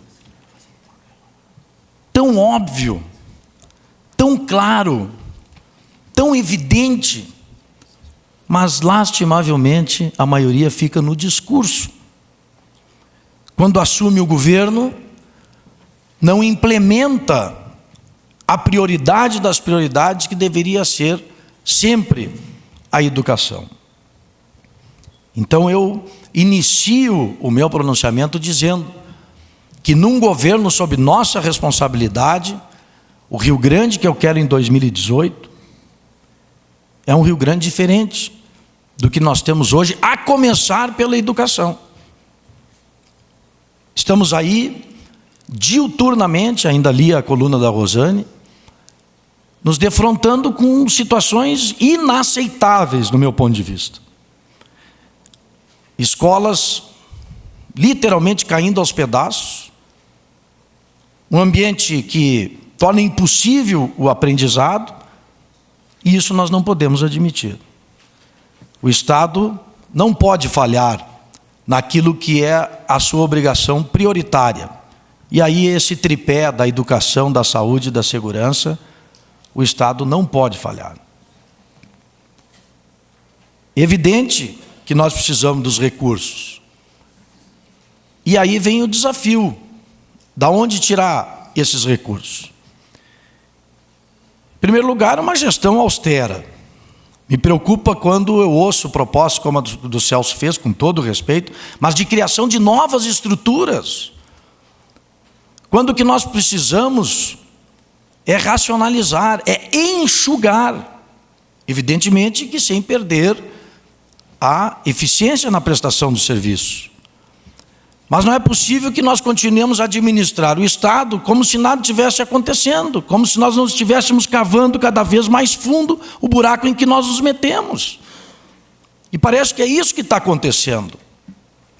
Não se vê uma posição firme de comando na contenção de despesas. Não se vê. E nós temos que ter esse norte. Foi lembrada aqui a gestão da IEDA, do déficit zero. Não me refiro àquela posição que levou o Estado também a perder a sua capacidade de investimento. Nós temos que ter um equilíbrio, mas não pode ser uma ponta ou só outra ponta. Nós temos que saber equilibrar, compatibilizar a busca do equilíbrio financeiro com os investimentos necessários nessas áreas fins do Estado. É difícil? Evidentemente que é. É um desafio? Claro que sim. Mas o nosso Estado tem condições de enfrentar e de vencer esses desafios. Nós precisamos virar essa página de apequenamento do Rio Grande. Cada ranking que sai é uma vergonha para nós. A gente cresce que nem cola de cavalo, como diz o gaúcho, sempre perdendo posições. Em um Estado como o nosso, com essa pujança demonstrada agora no crescimento do PIB em 5,8%, uma das ações inadiáveis, absolutamente necessárias, é essa nossa relação com a União. Não é possível. Eu, sinceramente, esperava que isso acontecesse já no atual governo. Porque, afinal de contas, o Tarso acabou se elegendo no primeiro turno em função de uma expectativa da população com o tal do alinhamento das estrelas. E o que nós vemos? Nem o projeto da dívida, que foi mandado pela presidente da República para o Congresso Nacional, consegue andar. Mas isso é uma vergonha para nós, gaúchos. É inadmissível engavetar o projeto da dívida no Senado. O Senado que tem maioria do governo. Nós votamos na Câmara, cumprimos o nosso dever, foi para o Senado, nem na comissão até hoje conseguiram votar. Nem na comissão. E um projeto mandado pela presidente da República, que é praticamente gaúcha, que sabe da nossa situação. Então, essa relação nossa do Rio Grande do Sul com a União tem que ser profundamente revista. Vejam o seguinte: como é inadmissível só perdas da Lei Candir, secretário Odir. Nos últimos 10 anos foram 26 bilhões e 700 milhões de reais. Em 2012, dados oficiais foram 2 bilhões e meio que o Rio Grande perde. Se nós levarmos em conta a questão do Fundo da Participação dos Estados, nós com uma população em torno de 6% do país, com um PIB mais ou menos em 7%, recebemos o retorno de 2,3% do Fundo de Participação dos Estados. Ou seja, o Rio Grande é discriminado. E nós temos que botar, como diz o gaúcho, cravar o facão no toco. Tem que ser. Nós temos que nos impor perante a União. Não é possível continuar essa sangria. 13% da nossa receita com o pagamento da dívida. Não é só votar o projeto, é também repactuar esse índice. Como é que o nosso Estado vai cumprir as suas obrigações se 13% da nossa receita nós passamos para a União? Não chega nem a entrar, acho, no nosso cofre, né, Odir? Vai direto. Vem e vai, mas não chega nem a sentir o cheirinho, né, do dinheiro. Quer dizer, mas não é possível isso. Aí vocês vão dizer, mas o que fazer? Aí eu vou voltar a 20 anos atrás, quando um jovem foi desafiado por um governador de estado a presidir a CE na pior crise da sua existência. Pior crise. A tarifa de energia elétrica tinha chegado ao valor mais baixo da história do setor elétrico. Eu me lembro que era $37 o megawatt-hora. E eu fui administrar a CE. Entrei na CE já com uma greve. Já tinha uma greve. Agora tem uma outra. A última fui eu que enfrentei. Há mais de 20 anos. Quando eu me deparei com os números da empresa, uma crise, prejuízos acumulados, eu digo, nós vamos ter que virar essa página. Uma das ações foi exatamente contra a União. Quero fazer justiça ao Ayrton Dipp e ao seu Colares, que era o secretário de Minas e Energia e o governador, respectivamente, a quem eu consultei e de quem eu recebi o respaldo para ingressar contra a União. Dentro da empresa me chamaram de louco. Mas, presidente, o senhor vai entrar contra o poder concedente, nós somos uma concessionária, nós vamos ser retalhados. Eu digo, eu não vou assumir a responsabilidade por esse enorme prejuízo que a União está nos impondo, porque era uma época de encontro de contas do setor elétrico, e o governo federal não reconhecia um crédito que eu sabia que era grande, mas não sabia que era tanto. Depois de quase 20 anos, o Supremo nos deu ganho de causa e agora entrou para os cofres públicos, foi eu acho que mais de 3 bi, né, Odir? Mais ou menos 3 bilhões de reais. Graças àquela ação que eu assinei em fevereiro de 1993.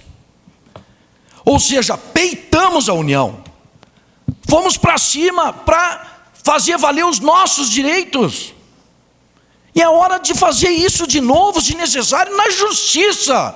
Agora, vamos continuar nos sufocando, nos inviabilizando até quando? Já teve uma época que nós amarramos nosso cavalo no obelisco. Se precisar, vamos fazer de novo. É isso que a gente precisa, Celso. O Rio Grande precisa se impor. Nós não podemos continuar nessa situação absurda, inaceitável. Sem isso, nós não vamos conseguir cumprir as nossas obrigações. O Estado está sufocado. Olha aqui o nível de investimento. Olha o nível de investimento do Rio Grande, se é possível isso. Percentual do investimento sobre a receita corrente líquida. Jair Soares, 19,1%. Simão, 20,5%. Colares, 13,1%. Brito, 16,7%. E aí vem Olívio, 10,6%. Rigoto, 6%. Ieda, 5,4%. E agora nós estamos com 5%. Como é que o Estado vai atender às necessidades da população com 5% de investimento, Odir? Isso tem que ser resolvido. Nós temos que enfrentar essa realidade, nós temos que ir à raiz do problema e nos impor. Nós não estamos fazendo nada para nós estamos fazendo para o Estado, para a população. Eu vejo isso com muita clareza. Agora, é preciso atitude, é preciso ter coragem para enfrentar, seja quem for o presidente. Seja Dilma, seja Eduardo Campos, seja Aécio Neves, seja quem for, tem que respeitar o Rio Grande. Tem que nos tratar como um Estado parceiro. As relações federativas têm que ser num patamar de consideração, de respeito recíproco. Não pode subjugar o nosso Estado como tem acontecido. Eu gostaria também, se me permitem, de fazer aqui algumas considerações a respeito da questão do programa de governo, até porque eu quero e preciso contar com a colaboração e com apoio não só dos auditores fiscais, da Receita, mas o conjunto do funcionalismo do Estado.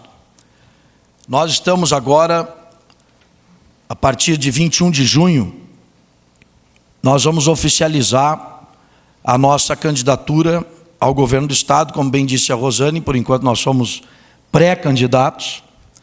O PDT viveu um momento intenso de debate interno, fizemos no ano passado 38 encontros regionais, até que fizemos uma pré-convenção em 7 de dezembro, e a maioria resolveu, então, como você sabe, deixar o governo, já que nós participávamos do governo, para que nós tivéssemos candidatura própria ao governo do Estado.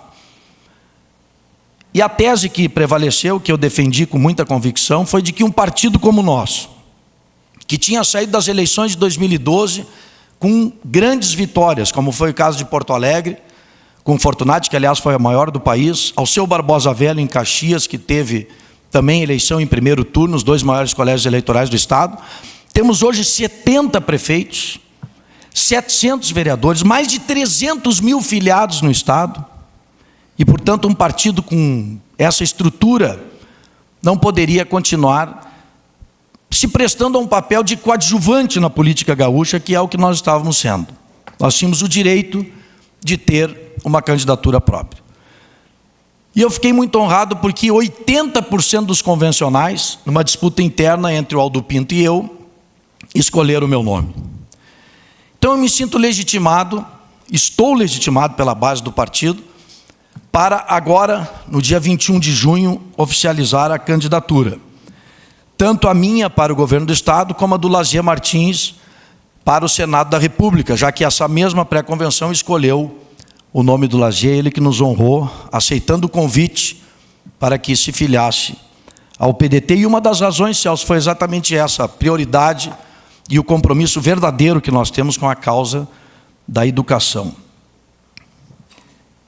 E vamos agora, então, dia 21 de junho, em São Borja, não por acaso, oficializar a candidatura. Em São Borja, porque dia 21 de junho se passarão exatos 10 anos da morte de Leonel Brizola. Parece mentira, mas já vai fazer 10 anos. Brizola faleceu dia 21 de junho de 2004. Então, esse ano de 2014, para nós tem para a nossa família, para a família trabalhista, tem um significado especial.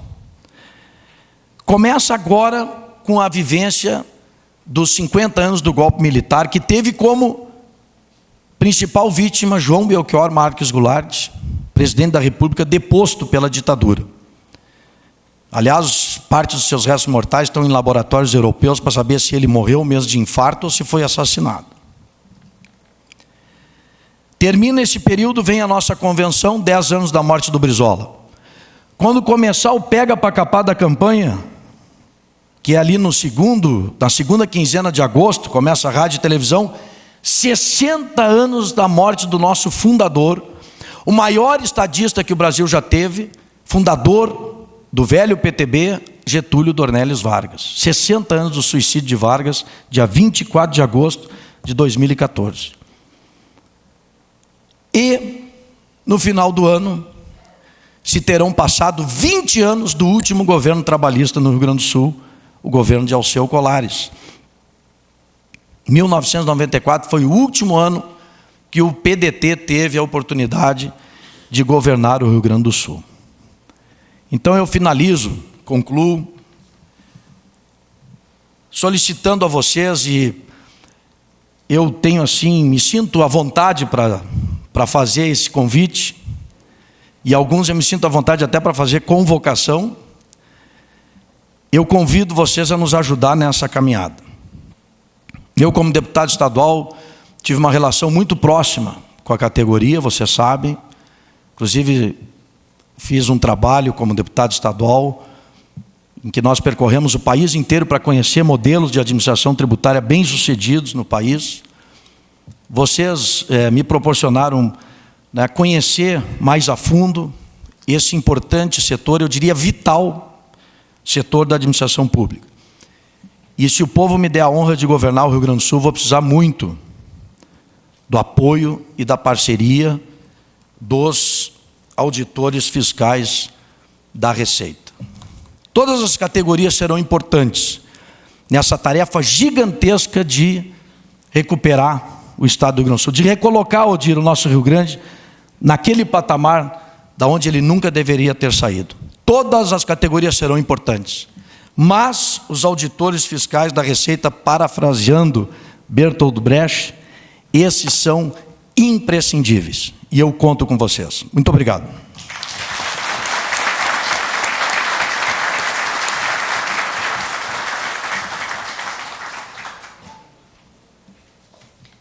Rapazes disciplinados esses. Muito obrigada, deputado Vieira da Cunha. Nós teremos agora 2 minutos para que cada um dos senhores possa fazer uma manifestação final e até, se achar que é o caso, responder, porque houve citações de um para o outro, então é uma espécie de direito de resposta, sem que me tenha sido pedido. Vocês são, além de disciplinados, muito gentis. Então, tem essa oportunidade, porque nosso prazo, nosso tempo, todos somos disciplinados, estamos bem dentro do tempo, então esses 2 minutos serão possíveis. Não é intervalo. Depois, na troca de painéis, eu tenho mais alguns recados para os senhores. Sei que o presidente Abel, que o presidente Celso gostariam muito que eu perguntasse aos senhores também sobre uma proposta que atinge todas essas pessoas aqui, que é a da gratificação de permanência, mas deixo a critério dos senhores responder, porque esses 2 minutos serão de uso livre de cada um dos senhores. Começando pela mesma ordem em que os senhores falaram, Celso Bernardi. Vou tentar, em 2 minutos, fazer 2 respostas a 2 momentos que foram ditos pelos meus queridos parceiros aqui, o Vieira da Cunha e o secretário Tonolier. Primeiro, secretário, eu estou lendo RS mais prestação de contas 2012. Recursos captados em empréstimo. Saúde, 500 milhões, estrados, 2 bilhões e 600 milhões, irrigação, agronegócio e agricultura familiar, 2 bilhões e 400. Educação, 1,5 milhão, 1 milhão e 100. Deixei fora a energia e saneamento, porque seria um corção externo. A somando aqui dá 6 bilhões e 600 de empréstimo. Se é só 4,400, é sinal de que isso aqui foi... Ah, tudo bem, então vamos lá. 6 bilhões e 700, 4,41 foram aprovados na Assembleia. Vamos governo. Bom, vamos passar adiante. Quero dizer ao secretário também, quero salientar que eu jamais disse que nós vamos aumentar as estruturas, porque eu disse exatamente o contrário. Nós vamos reduzir estruturas. Está aqui um documento escrito sobre isso, do partido. reduzir estruturas, mas vamos criar uma a mais. Uma a mais, uma a mais sobre separar as pessoas que penitenciários do sistema de segurança. O sistema de segurança é cuidar de segurança. Quero dizer o seguinte, que estava tudo... Não, só para também esclarecer. Bom, a outra questão, vamos criar uma secretaria de cuidar do sistema penitenciário, não reduzir outros. Mas não é nós aumentar a estrutura. Vou lá, Segundo, quero pedir licença, Rosane, para vocês, para dizer 3 coisas, muito claras, do que eu ouvi até agora. Primeiro, meu caro secretário Tonolheira, não foi isso que o governador Tarso Genro disse dia 17 de setembro, numa Assembleia de CEPER, que eu estava presente.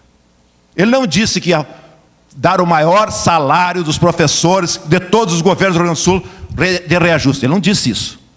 Ele disse, foi aplaudido de pé, que ele ia pagar o piso nacional, que ele se orgulhava de ser o segundo a ter assinado depois do presidente da República. Ele não disse, não foi isso que os professores ouviram e estão cobrando hoje.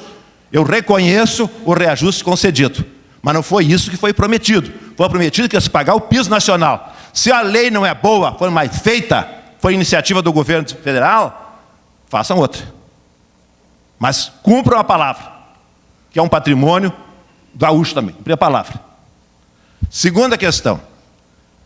Eu ouvi ontem o secretário João Mota falar de várias obras do governo do Estado. Ponte do Guaíba e tal. Peguem a revista FISVEC, Sindifisco, dezembro de 2011, página 34 e 37. Foi contratado o metrô, é uma obra do governo do Estado e do governo federal. Dezembro de 2011. Agora tem que se fazer a renegociação da dívida para poder arrumar dinheiro para fazer o metrô. Mas foi dito isso.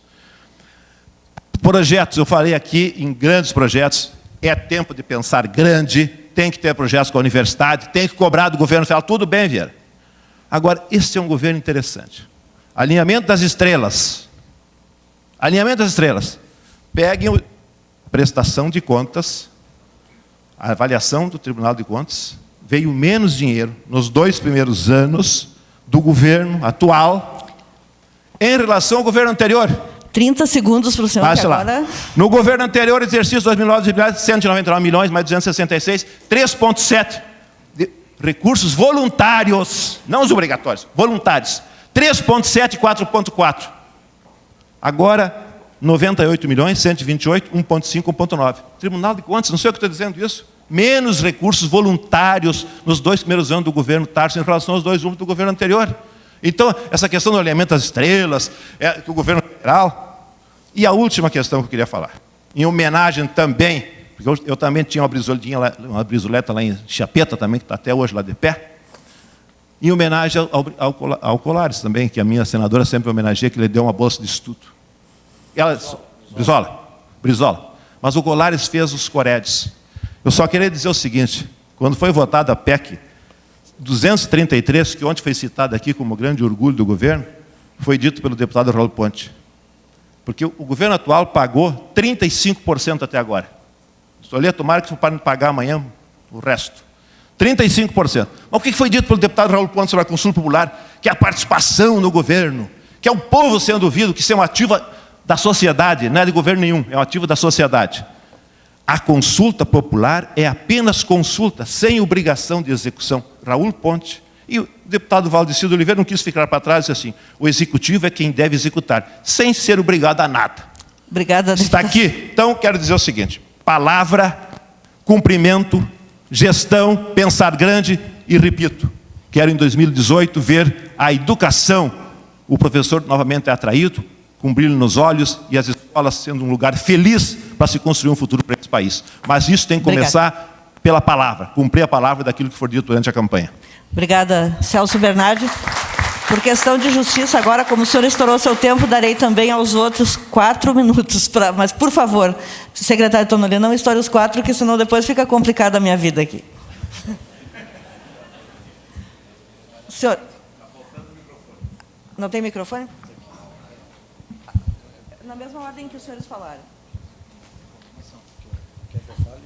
Quiser que eu fale antes, não tem problema nenhum. Então, deputado Vieira da Cunha, por favor, não me complique. Não tem problema nenhum, até porque eu só queria agradecer mais uma vez esse convite honroso que eu recebi E o Abel é testemunha, porque quando ele me ligou, sabe como é que estava a minha agenda, né, Abel? A gente já está percorrendo aí o Estado, o Lazier e eu, já fizemos 7 etapas de seminários para elaborar um programa de governo. Um programa de governo que nós não queremos que seja elaborado como normalmente se faz, né? Senta ali meia dúzia de cabeças que se julgam iluminadas e coloca ali um receituário, né? Educação isso, saúde aquilo e tal, rodovias isso, e sai ali um plano de metas de cima para baixo, como a gente diz. Não, nós queremos construir com a sociedade. Já fizemos 6 etapas, seminários que têm tido uma grande participação. O último que fizemos foi em Ijuí, semana passada, com um auditório da Câmara superlotado. Quer dizer, as pessoas estão querendo participar, estão querendo colaborar. Agora nós vamos lançar, Rosane, nos próximos dias, penso que em uma semana nós já vamos ter condições de lançar no ar um site, programa de governo colaborativo.com, em que, pela ferramenta da internet, as pessoas vão ter condições de nos mandar diretamente propostas, sugestões, contribuições para o programa de governo. As redes sociais, vocês sabem que a cada eleição, né, exerce um papel cada vez mais importante nessa interação que os candidatos devem ter com a população. Então nós estamos preparando, e já na semana que vem esse site está no ar, porque a lei eleitoral, uma das poucas atividades que a lei eleitoral permite que os candidatos ou pré-candidatos realizem antes da convenção, são seminários de elaboração do programa de governo. Então, aproveitando essa licença, essa autorização que a lei eleitoral dá para este efeito do programa de governo, nós estamos lançando já na semana que vem esse site. Eu convido todos vocês a colaborar conosco para que a gente possa apresentar já na nossa convenção, em 21 de junho, em São Borja, um conjunto de propostas que identifiquem a nossa candidatura com, né, metas que nós pretendemos alcançar uma vez tendo essa honra de governar o Estado do Rio Grande do Sul. Então, a minha participação nessa fase conclusiva é apenas para reafirmar o meu agradecimento por essa oportunidade. Eu penso que o fato de eu estar aqui pessoalmente, né, Abel, por si só já representa essa consideração que eu sempre tive com as entidades representativas da categoria. E essa é uma parceria que eu quero que continue, e se eu tiver a honra de governar o Estado, então ela vai ser, como eu disse na minha exposição, e repito, imprescindível para que a gente possa colocar o nosso Rio Grande do Sul naquele patamar de crescimento e de desenvolvimento que todo o povo gaúcho almeja. Então, obrigado. Um abraço, Odir, um abraço, Celso, e muito obrigado pela atenção de todos vocês. Obrigada, deputado Vieira da Cunha. Seus 4 minutos, secretário Tonali. Tá bem, obrigado. Vieira, tem um ranking que nós estamos muito bem a nível nacional. Eu quero aproveitar aqui essa oportunidade para registrar, que é a capacidade tecnológica da Secretaria da Fazenda. Nós, não tenho muita dúvida que nós estamos no topo desse ranking e estamos crescendo muito mais, e hoje nós somos referência. É muito usada essa palavra, mas no nosso caso não é verdade. Nós, um exemplo prático disso é a nota fiscal eletrônica, que é um projeto absolutamente revolucionário no sentido de facilitar o trabalho, no sentido de racionalizar a vida dos contribuintes. Quer dizer, a partir deste momento, e gradualmente, não haverá mais máquina registradora, não vai emissor de cupom fiscal, não haverá nada disso. Tive uma experiência numa loja ali de, se não me engano, Farroupilha, que ele nos mostrou um pavilhão cheio de emissor fiscal, que era prateleiras e prateleiras de talão de nota fiscal, e ele me disse: olha, tudo isto aqui não vai ser necessário. Na verdade, nós vamos guardar tudo isso na Secretaria da Fazenda. Cada nota que alguém, um de vocês, vai comprar, estamos caminhando, porque na verdade ele vai entrar no sistema da Fazenda e é lá que vai ser disparado, e não vai precisar registros em papel histórico nenhum. Isso, inclusive, nós estamos alimentando diversos estados aqui do nosso sistema, estamos investindo muito aquilo que o governador falou do nosso Profisco, investindo na Procergs, que é uma empresa ligada à Secretaria da Fazenda. Então, neste ranking, nós estamos muito bem. Talvez por isso que a gente esteja batendo cada vez mais recordes de arrecadação, porque temos lá um incentivo, não é, Bins, que também foi o nosso diretor antes da Receita anterior ao Ricardo, tudo uma construção dentro daquele espírito que eu dizia, de que tem uma sequência, tem um acúmulo disso durante o ano, e assim que a Fazenda vai chegando cada vez maiores patamares. Mas quero também registrar aqui a importância de cada delegado no interior do Estado, que nos não só representa o Estado, a Secretaria da Fazenda não digamos, não é lá do casarão que a gente chama, que a gente administra tudo. Cada das nossas delegacias no interior tem um papel ali com as suas equipes, tem metas a cumprir, e com esses nós temos um diálogo excelente, um trabalho em equipe muito bem coordenado pelo nosso subsecretário da Receita, que faz isso muito bem, está sempre pensando num projeto novo de tecnologia para apresentar para o pessoal. E já tem invenções por aí, né, Ricardo? Então, desta forma, né, é por isso que estão cumprindo aquilo que o governador nos deu esse desafio, nos cobrou. Felizmente, nós estamos bem naquela cobrança, porque nós superamos os métodos. Quero dizer também que nós apostamos muito na equipe, apostamos nas experiências das pessoas, inclusive sobre a gratificação de permanência, que para mim é um projeto bom, que é um projeto que não só a Rosane, eu acho que tu registrou na tua coluna, que digamos, vai no rumo é mais um passo no sentido de descarregar um pouco da Previdência ou retardar um pouco da aposentadoria do pessoal. Então, todo mundo aqui cheio de gás, com capacidade de trabalhar, mas daqui a pouco com tempo de serviço para se aposentar e não tem nenhum estímulo. Então, o que nós precisamos é aprovar essa gratificação. Nós vamos insistir neste ano, antes de terminar o governo, porque é um projeto da maior importância. Evitar que as pessoas com tal grau de conhecimento, que já tem demonstrado que é praticamente a metade do pessoal, né, nós vamos atrasar um pouco, aumentar a idade da aposentadoria mínima. Na prática é isso. Mas, evidentemente, que temos que ter um estímulo para isso. Então, nós vamos insistir nesse processo para valorizar as equipes que estão aí. Então, é isso. Mais uma vez aqui, me despedindo e fechando este bloco, né? Agradecer e reconhecer a importância do debate, e aqui é um excelente lugar, porque aqui é um pouco, né, bem na prática mesmo. Aqui não adianta muito fazer muito discurso para nós aqui, porque a gente sabe como é que é a vida prática. Muito obrigado, saudação aí, um abraço para vocês, para os nossos painelistas e para os nossos auditores fiscais.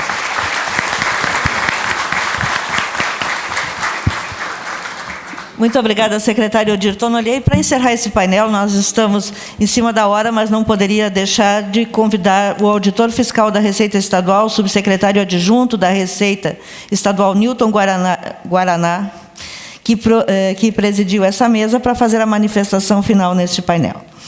Obrigado, Rosane. Obrigado a painelistas. Eu acho que só enriqueceram o início do conjunto de temas, né, desses painéis, que ouviremos ainda o posicionamento do setor privado, jurídico, econômico, e muito rico. Muito obrigado, Vieira da Cunha, muito obrigado, Celso Bernardo, Odir Tonolê. Eu acho que posicionaram acerca de níveis de investimento, política de gastos públicos, tamanho de Estado, e num tom sempre fraterno, de um Grenal fraterno, né? Isso foi muito importante. Um torcendo para o outro perder, lógico, né? Mas eu, como flamenguista, confesso, fico torcendo sempre para o meu Flamengo, mas com uma simpatia dos dois. Tá? Então, vamos aproveitar para entregar os certificados. Pode ser? Pode ser o certificado, e também aproveitamos já para entregar um mimo aos nossos palestrantes que gentilmente vieram aqui nesta manhã de sábado. Perfeito. Doutor Feltrin, por favor, entregando a presidente do estadual do PP, Celso Bernardi, entregarei para o deputado federal Vieira da Cunha. E o doutor Claudio Honor aqui, peço.